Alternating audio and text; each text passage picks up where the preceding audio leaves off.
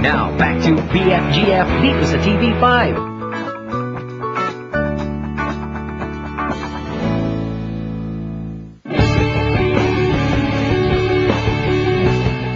Anong ginagawa niyan dito?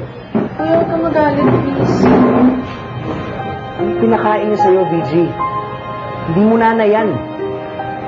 Kuya, ewan ko, naguguluhan din kasi ako eh. Para kasi siyang... Matagal nang patay yung nanay ko at saka nanay mo. Kaya hindi yan yung nanay mo, BG. Hindi pwedeng basta naniniwala ka na sino ba yan? Hindi ko kakilala yan eh. Kian, baka naman pwede tayong mag-usap ng may nahod kahit sandali lang. Isa ka. So ano to? Meeting? Kian, BG. Hindi nagsisinungaling si Barbara. Siya ang mami niyo.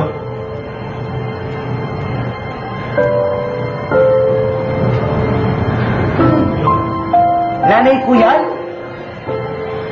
Hindi ko kakilala yan eh. Sino ba yan? Hindi ko nagkakagagbuhan tayo dito. Buong buhay ko, lumaki ako, wala akong nanay, tapos sabihin mo, nanay ko yan?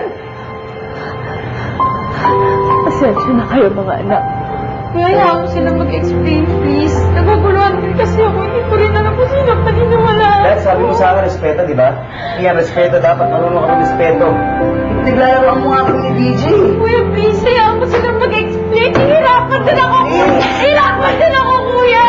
Hindi ko kayo pinaglalaroan! Sinabi ko lang sa'yo, sa inyo, napatay ang mami niyo dahil iniwan niya tayo ng walang dahilan. Victor! Yun lang!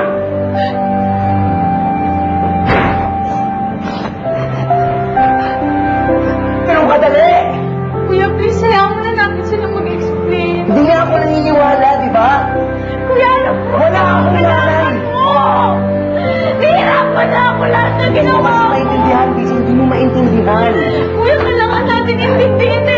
Kuya, tagal na natin inantin. Naglalaroan tayo ni Daddy, hindi mo ba naiintindihan? Iniwan tayo, tapos babalikan tayo ngayon, ano? I'm sorry! I'm sorry! I'm so sorry! Sorry saan? Di nga kita kilala eh. Sorry, Biz, hindi ko kaya ito nangyari. Wala akong nanay buong buhay ko.